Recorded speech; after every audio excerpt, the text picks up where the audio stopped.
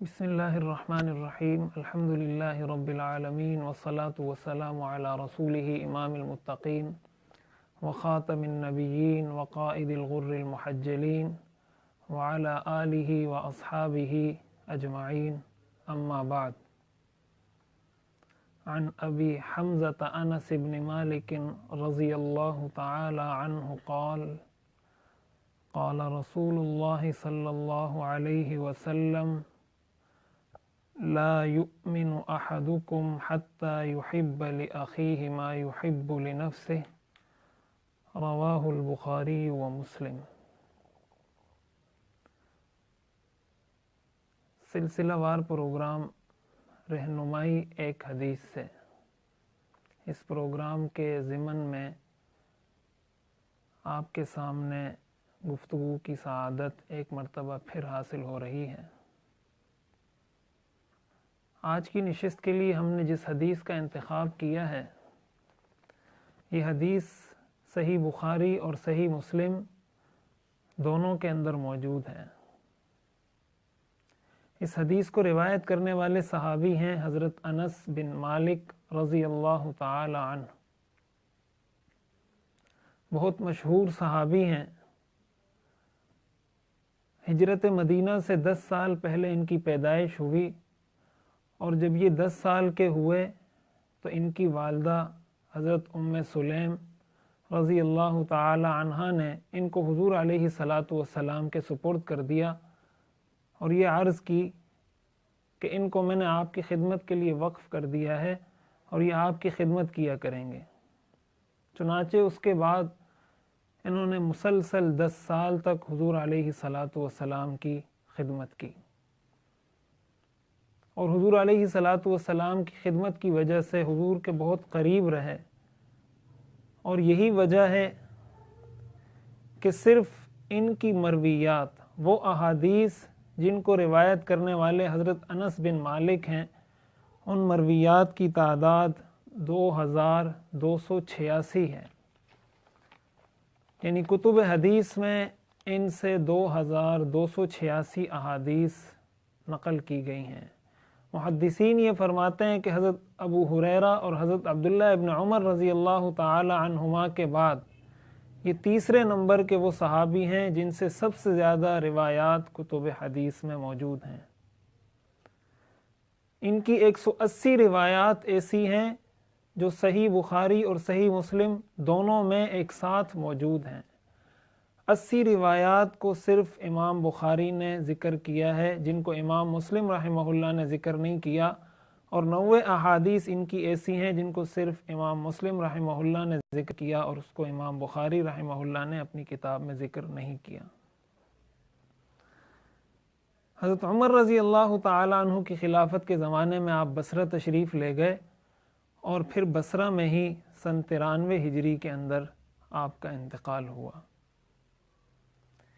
اس حدیث کو روایت کرنے والے صحابی بھی حضرت انس بن مالک رضی اللہ تعالی عنہ ہیں۔ حدیث کا ترجمہ یہ ہے،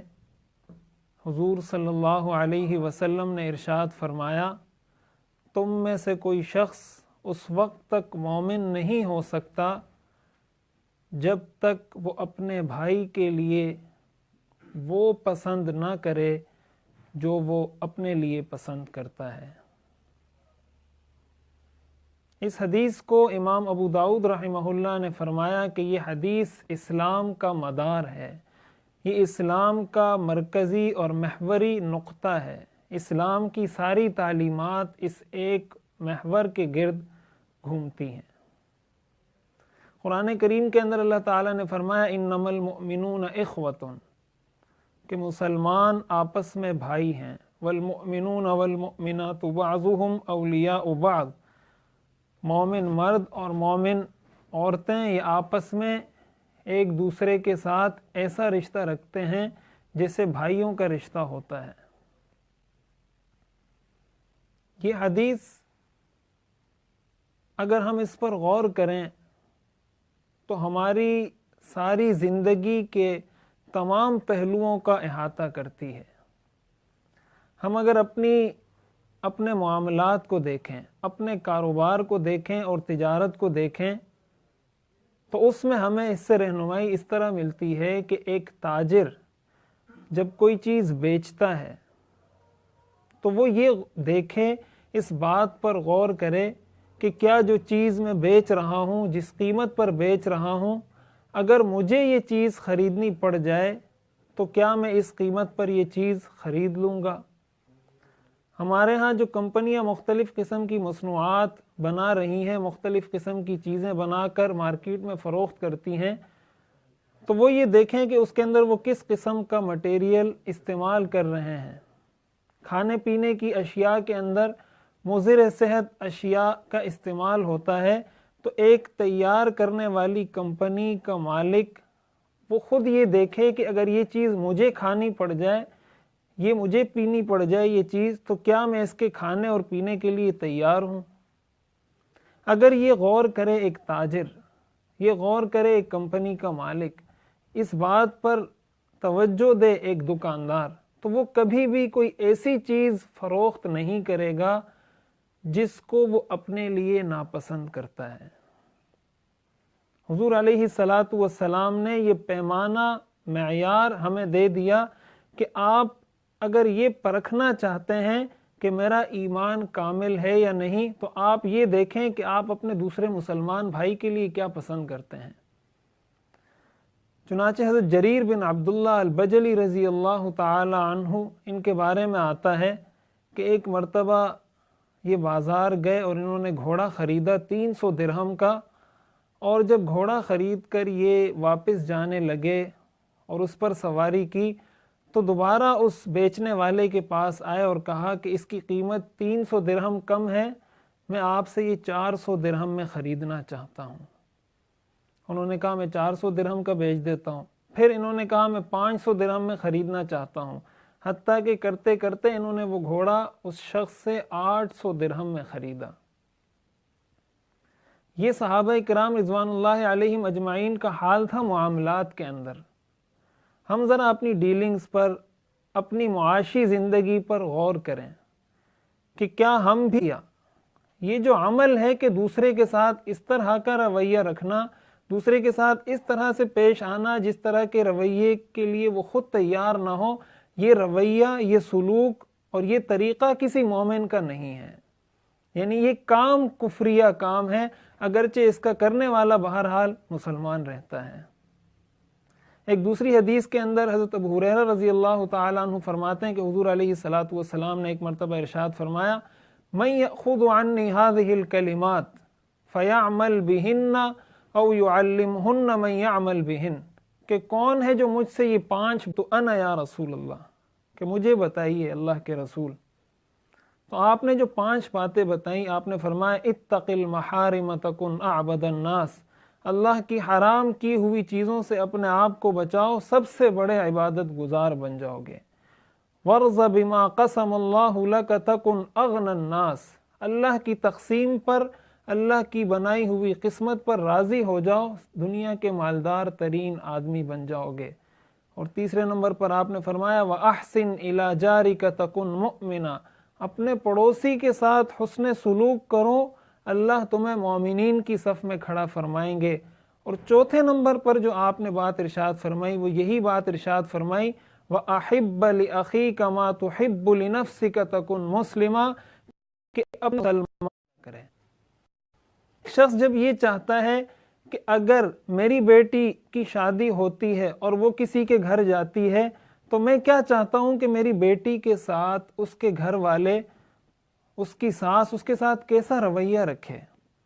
تو اگر کسی دوسرے کی بیٹی کو میں اپنے بیٹے کے نکاح میں لاتا ہوں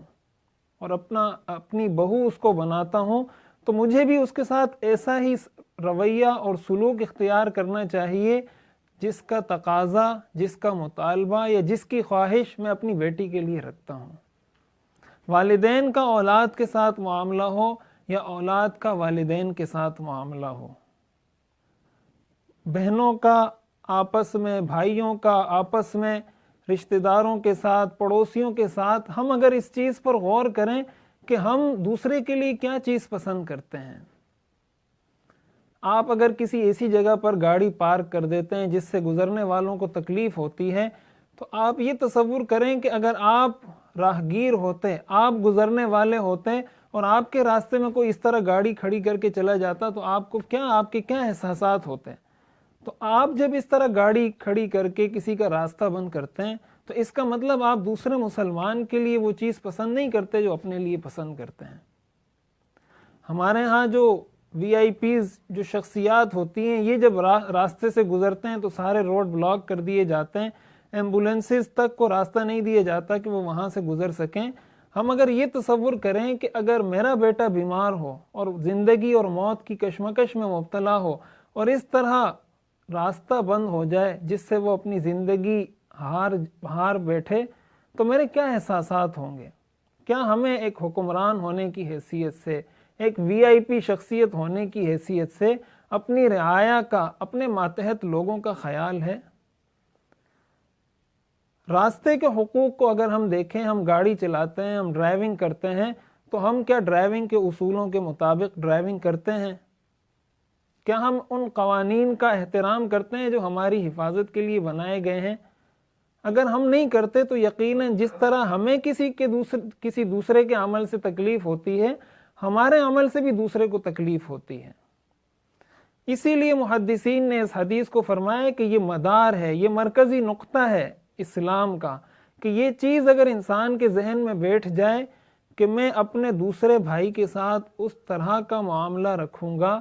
جس طرح کے معاملے کی توقع میں اپنے لیے کرتا ہوں، تو کبھی بھی وہ کسی کو تکلیف نہیں پہنچائے گا۔ ہم جاتے ہوئے اگر کچرا پھینکنا چاہتے ہیں تو ہمارے گھر کے سامنے اگر کوئی کچرا پھینکے تو ہمیں تکلیف ہوتی ہے، تو ہمیں بھی یہ کرنا چاہیے کہ ہم بھی کسی دوسرے کے گھر کے سامنے کچرا نہ پھینکیں، اور اس کی یہ کوشش ہوگی اگر اس حدیث کو ہم اپنے ذہن میں بٹھا لیں کہ جتنا زیادہ سے زیادہ میں کسی کو نفع پہنچا سکوں تو میں نفع پہنچاؤں، لیکن میری ذات سے کسی کو تکلیف نہ ہو۔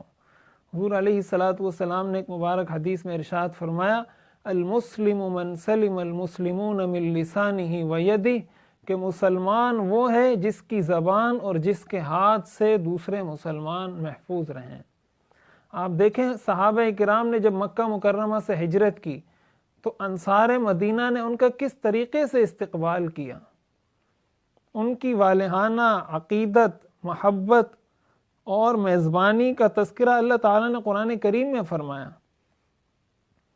حتیٰ کہ حضرت عبد الرحمن ابن عوف رضی اللہ تعالیٰ عنہ کی جو مواخات حضور نے قائم فرمائی تھی وہ حضرت سعد بن ربیع رضی اللہ تعالیٰ عنہ کے ساتھ قائم فرمائی تھی۔ حضرت سعد بن ربیع رضی اللہ تعالیٰ عنہ نے حضرت عبد الرحمن کو یہ تک فرمایا کہ میرا جتنا مال ہے وہ آدھا آپ کا ہو گیا اور آدھا مال میں لے لیتا ہوں، اور میری 2 بیویاں ہیں، میں ایک کو طلاق دیتا ہوں، اور اس کی جب عدت گزر جائے تو اس سے آپ نکاح کر لینا۔ حضرت عبد الرحمن ابن عوف رضی اللہ تعالیٰ عنہ نے فرمایا کہ بس مجھے آپ مارکیٹ دکھا دیں، بازار دکھا دیں، میں جا کر کہیں تجارت کروں۔ یہ انصار کا جذبہ تھا جس کو قرآن کریم نے ذکر کیا، والذین تبوؤوا الدار والایمان اور یؤثرون علی انفسہم ولو کان بہم خصاصہ۔ ایک غزوے کا اختتام ہوا تو بہت سارے مسلمان مجاہدین زخمی تھے، پانی طلب کیا ایک زخمی صحابی نے، ان کو پانی پیش کیا گیا تو اتنے میں دوسرے صحابی نے پانی طلب کیا، تو اس زخمی صحابی نے کہا کہ اس کو پانی پلایا جائے، اتنے میں تیسرے صحابی نے طلب کیا تو انہوں نے خود ایثار کرتے ہوئے تیسرے صحابی کے پاس بھجوایا، اور جب دوبارہ وہ گلاس، وہ جام، وہ پانی جب واپس پلٹا تو دیکھا کہ تمام کے تمام یہ زخمی صحابہ کرام جام شہادت نوش کر چکے تھے۔ یہ صحابہ کرام کی زندگی تھی، انہوں نے قرآن اور حدیث کی روح پر عمل کر کے ہمیں دکھایا کہ ایک مسلمان کی شان کیا ہوتی ہے، ایک مسلمان کا رویہ دوسروں کے ساتھ، اپنے ماتحتوں کے ساتھ کیسا ہوتا ہے، ایک کمپنی کے مالک کا اپنے ملازم کے ساتھ، ایک بڑے کا اپنے چھوٹے کے ساتھ رویہ کیسا ہوتا ہے۔ اگر کوئی شخص فیصلہ کر رہا ہے، کوئی عدالت میں بیٹھ کر فیصلہ کرتا ہے تو وہ اس شخص کی جگہ پر اپنے آپ کو رکھے جو مدعی یا مدعا علیہ کی حیثیت سے عدالت میں موجود ہے، کہ اگر یہ معاملہ میرے ساتھ ہوتا تو میں کیا کرتا۔ مسند احمد کی روایت ہے کہ حضور علیہ الصلاۃ والسلام کے پاس ایک مرتبہ ایک شخص تشریف لائے اور حضور علیہ الصلاۃ والسلام سے فرمایا کہ یا رسول اللہ مجھے زنا کی اجازت دے دیجیے۔ روایات میں آتا ہے صحابہ کرام رضوان اللہ علیہم اجمعین نے ان کو ڈانٹنا شروع کر دیا۔ حضور علیہ الصلاۃ والسلام نے فرمایا ماہ کہ ٹھہرو، اور پھر آپ نے ان کو فرمایا ادنو کہ میرے قریب آئیں۔ جب وہ صحابی قریب آئے تو آپ نے ان سے عجیب سوال کیا۔ آپ نے فرمایا کہ کیا تم یہ عمل اپنی والدہ کے لیے پسند کرتے ہو؟ تو انہوں نے جواب دیا کبھی بھی پسند نہیں کرتا، میرے ماں باپ آپ پر فدا ہوں۔ تو حضور نے فرمایا کہ کوئی بھی شخص اپنی والدہ کے لیے اس عمل کو پسند نہیں کرتا۔ پھر آپ نے فرمایا کیا تم اپنی بیٹی کے لیے اس کام کو پسند کرتے ہو؟ انہوں نے فرمایا میں کبھی بھی پسند نہیں کروں گا۔ حضور نے فرمایا کوئی بھی شخص اپنی بیٹی کے لیے اس کام کو پسند نہیں کرتا۔ پھر آپ نے فرمایا کیا تم اپنی خالہ کے لیے اس بات کو پسند کرتے ہو؟ انہوں نے فرمایا کہ میں کبھی بھی پسند نہیں کرتا۔ حضور علیہ الصلاۃ والسلام نے فرمایا کہ کوئی بھی شخص اس کام کو پسند نہیں کرتا۔ اور اس کے بعد روایات میں آتا ہے حضور علیہ الصلاۃ والسلام نے ان کے کندھے پر ہاتھ رکھا اور ان کے لیے دعا فرمائی کہ یا اللہ ان کو عفت عطا فرما، ان کی حفاظت فرما۔ وہ صحابی فرماتے ہیں اس کے بعد کبھی میری توجہ اس بات کی طرف گئی نہیں۔ ہم اگر بد نظری کرتے ہیں، ہم اگر غیر محرم عورتوں سے باتیں کرتے ہیں، ہم اگر گناہوں کی طرف جاتے ہیں تو ہمیں یہ سوچنا چاہیے کہ اگر یہی معاملہ ہمارے ساتھ ہو، اگر اس طرح کا رویہ کوئی ہمارے ساتھ روا رکھے تو کیا ہم اسے پسند کریں گے؟ اگر ہم اسے اپنے لیے پسند نہیں کرتے تو ایک مسلمان ہونے کی حیثیت سے جو شان مسلمان کی ہونی چاہیے وہ یہی ہونی چاہیے کہ وہ دوسرے کے لیے بھی وہ چیز پسند نہ کرے۔ اس حدیث کا خلاصہ اور اس حدیث کا مرکزی درس وہ یہی ہے، لا یؤمن احدکم حتی یحب لأخیہ ما یحب لنفسہ، کہ کوئی شخص اس وقت تک مومن نہیں ہو سکتا جب تک وہ اپنے لیے جو چیز پسند کرتا ہے اپنے بھائی کے لیے بھی وہ چیز پسند نہ کرے، چاہے اس کا تعلق معاملات سے ہو، چاہے اس کا تعلق معاشرت سے ہو، چاہے اس کا تعلق اخلاقیات سے ہو، جس درجے کی وہ چیز ہو، جس پہلو سے، جس شعبہ زندگی سے اس کا تعلق ہو، وہ اس نظر سے اس چیز کو دیکھے۔ اور جب اس نظر سے ہم اس چیز کو دیکھیں گے، یہ ایک پیمانہ حضور علیہ الصلاۃ والسلام نے بتا دیا کہ یہ ایک پیمانہ ہے، اس پر اپنے آپ کو پرکھیے۔ اسی کے ساتھ ساتھ ایک بات یہاں پر یہ ذکر کر دینا ضروری معلوم ہوتا ہے کہ جو نیکی کے کام ہیں، جو اچھائیاں ہیں، جو بھلائیاں ہیں، جو خیر کے کام ہیں، ان میں ایک دوسرے سے آگے بڑھنا چاہیے۔ قرآن کریم میں اللہ نے فرمایا فاستبقوا الخیرات، کہ جو نیکی کے کام ہیں ان میں ایک دوسرے سے آگے بڑھیں۔ لیکن دنیا کے کاموں کے اندر ایک دوسرے سے مقابلہ کرنا کہ میرا مال اس سے زیادہ ہو جائے، میری گاڑی اس سے زیادہ اچھی ہو جائے، یہ مقابلہ کرنا یہ شریعت میں پسندیدہ نہیں۔ چنانچہ ایک صحابی حضور علیہ الصلاۃ والسلام کے پاس ایک مرتبہ تشریف لائے اور آپ نے صحابی نے عرض کی کہ اللہ کے رسول میں تو کبھی یہ بات پسند نہیں کرتا کہ میرے کپڑے یا میرا لباس کسی سے کم ہو،